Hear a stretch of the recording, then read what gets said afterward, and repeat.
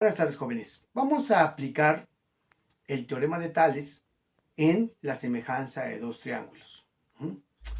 ¿Recuerdan ustedes que habíamos dicho en un video anterior que siempre que una recta corte a un triángulo y esta recta al momento de cortarlo sea paralela a cualquiera de sus lados del triángulo, entonces se van a formar dos triángulos semejantes, siempre uno mayor que el otro, ¿sí? Entonces aquí nosotros sabemos que el segmento del triángulo AB es paralelo a la línea recta que lo corta de E.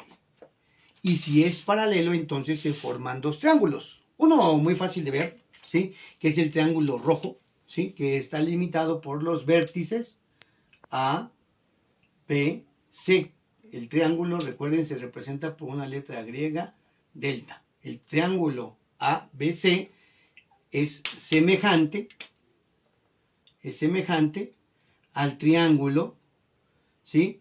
Que está limitado por la recta azul y esta parte del triángulo anterior o del primero, que entonces sería el triángulo DEC.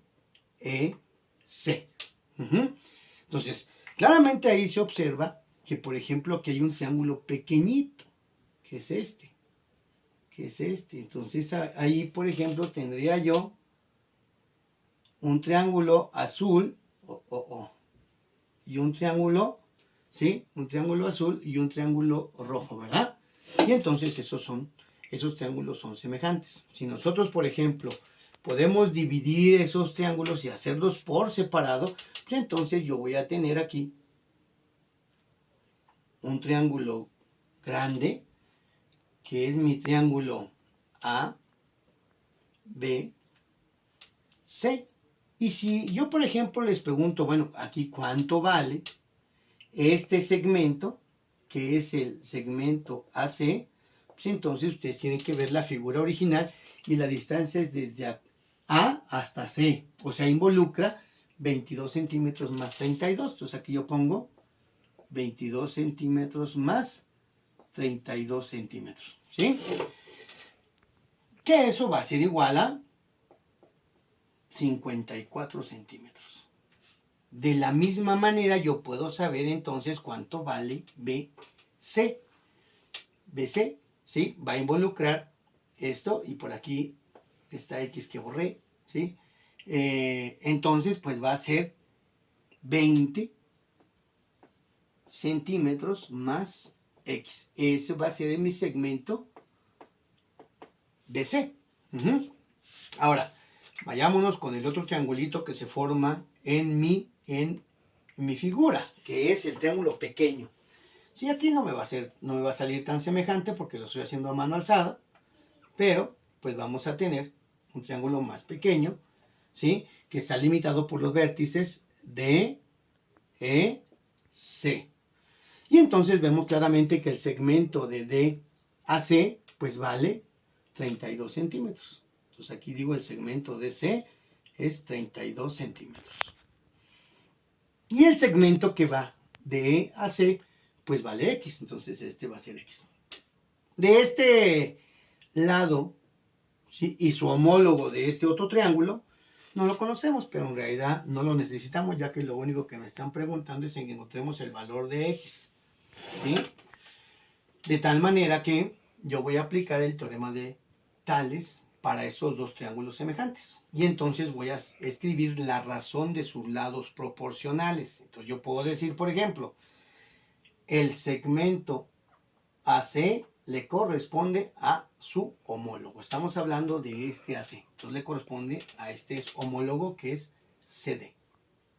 Y eso va a ser igual al segmento BC, que es este, BC, y le corresponde a su homólogo, que es el que está en la misma posición, o sea, CE, que es este, que tenemos aquí. Podemos poner sus valores. ¿Cuánto vale el segmento AC? Pues aquí ya dijimos que AC vale 54. Entonces aquí yo pongo 54 centímetros. Y le corresponde a CD. Y CD, aquí está, que vale 32 centímetros. Y eso debe ser igual a el segmento BC, y el segmento BC está aquí, que vale 20 centímetros más X. Y le corresponde a su homólogo, que es el que está en la misma posición, que es el S o CE, que vale X. Entonces nosotros queremos encontrar el valor de estos de X. Para eso vamos a despejar a X de esta ecuación y vamos a hacer un producto cruzado, es decir, este término que está acá dividiendo lo voy a pasar para este otro lado, ¿sí?